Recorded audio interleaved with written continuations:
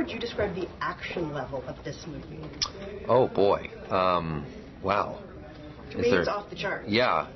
Does DEFCON 1 count? I don't know. I mean, it was crazy. I mean, it was something I've never really seen before in a movie like this.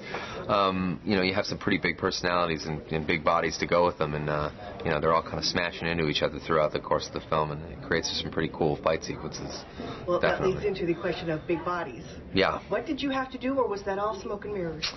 I think I'd be lying if I didn't say there was a little smoke and a couple of mirrors here and there, but for the most part, you have to fulfill a set expectation that fans have for the characters in these movies, and those are big shoes to fill, and so you don't take it lightly. I mean, they expect you to look like you were ripped right out of a comic book page, and I think Hugh Jackman set the kind of the gold standard for what it means to get, I call that shape Full Metal Jackman, is what he's done there. Yeah. So what was the hardest part for you in getting into that sort of? There's just never enough time, but for me the hardest part was really less about the changing your body aspect to the film, and more about just the skill of having to learn these crazy katana swords for the film. So that was 4 or 5 months of hard-earned training for a 45-second sequence. I had great teachers though, and that's kind of, I think, what really makes it work. These guys are trained to. And that's going to make you get into shape when you have to. Oh man, will it ever? I mean, these things are weighted, and they're meant to be a real workout as well as a kind of an art form. So these guys took me from zero to hero in about 5 months. It was pretty great. So the second it's all over and there's no more reshoots and stuff, you say, okay, now I'm going to go eat or drink. Oh man, yeah, I don't know. I mean, it's actually.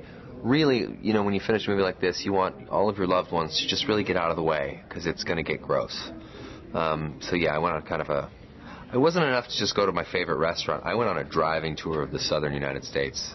I ate my way across the country. Yeah. And felt better doing it. Yeah, I felt great about it. Yeah. A lot of times with sequels, you're coming in with this expectation. People have three beloved others, even though this is really a prequel, but is that a little bit easier because people know, or is it scarier because the bar's high? Yeah, I think I've been doing this long enough to know that I can only control so much. I can control my character, and I can come as prepared as humanly possible. But they've had 3 movies to understand what it is that fans are looking for.